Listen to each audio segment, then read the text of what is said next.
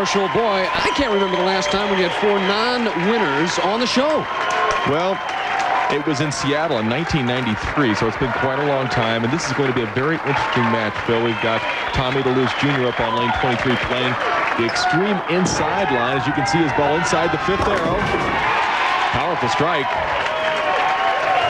And then for Michael Haugen, a little bit different approach.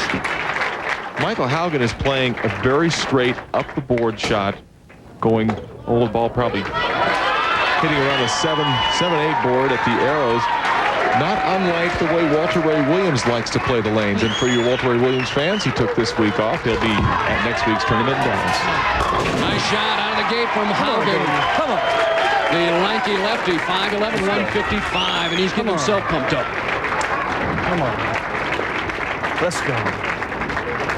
Come on. Averaging 214 last year in 563 games. We're going to get a glimpse of some solid young players out here on tour. Oh, you're absolutely right. I talked to Michael earlier. He told me, he said, if I get it going, you won't have to do much work, Marshall. I'll do all the talking for you. So let's listen in and see what Michael has to say about this shot. Come on. Come on. Yes, baby. Come on. Letting his ball do the talking. Comes out the gate with a double. Tommy Delutz now trying to answer. And take a look as Tommy Delutz stands. As we see this shot, just a powerful, coming from the outside line, able to knock the ball down. Watch where Tommy is standing. He's actually in front of the ball return. Inside that 5th arrow, swinging the ball out. And a solid 10.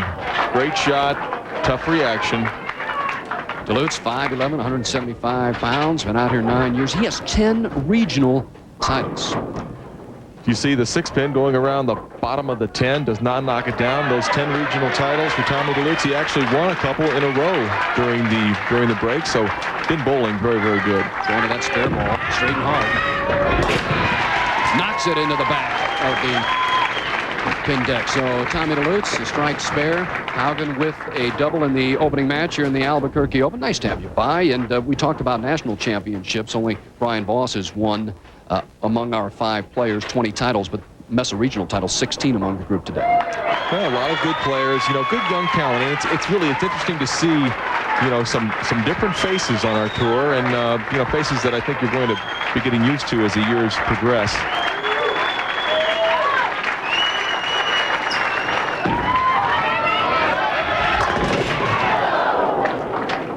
Fast 8. Just a little high in the pocket, but really a shot that could have struck. And I watched last night as Tommy was bowling in the final games of match play, and really he made a lot of really good shots that didn't strike. And I believe that had a lot to do with the fact that he might have been a little bit nervous, a little uptight, wasn't able to get the good loose roll on the ball. So that's what he needs to do right now, and forget about what Michael Haugen's doing. Just play your own game, Tommy. Sticks at the line, but makes the spare.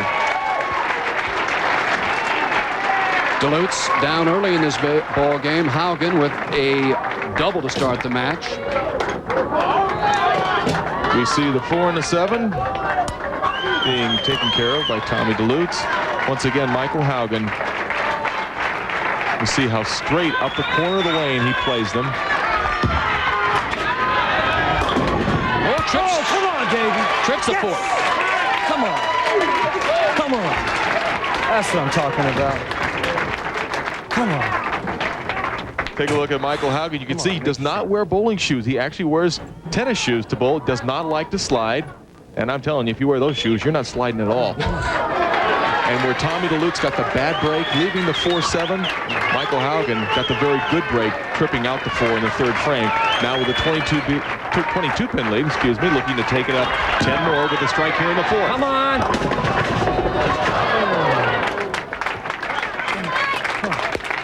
Not to be, so Haugen, after a 3-bagger to start this opening match, leaves just the 4-pin.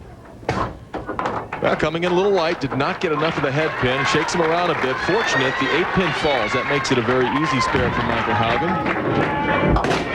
And he makes it interesting as he just barely touches that 4-pin, but able to knock it over. Right now, Michael Haugen, 21-pin leads up on Tommy Delutz Jr.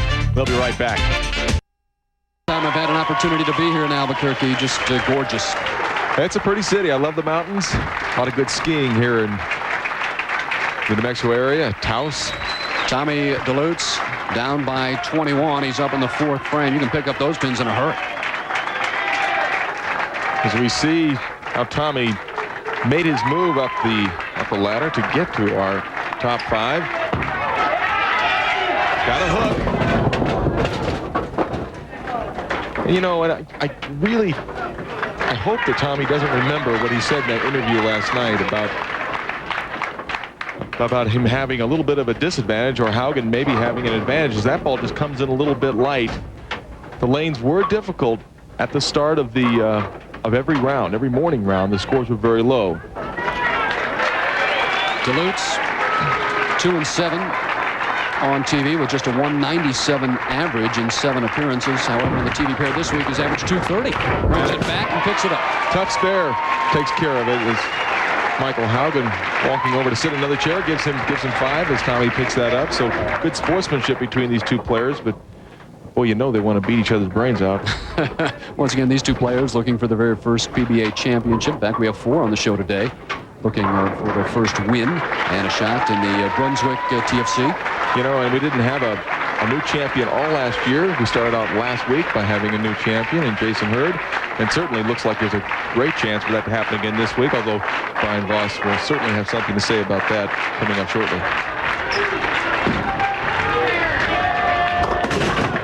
Well, here goes the highlight film. You know, you go light on one lane, you kind of make a subconscious adjustment, you come high on the other lane, and right now for Tommy Delutz, he needs to get his composure. We'll take a look at Tommy Delutz. Look how his sliding foot is. It's over the left channel. I mean, he's really playing the lane very, very deep, and he looked pretty good in practice too as he goes to that harder ball, very straight to try and convert the 610. He does it.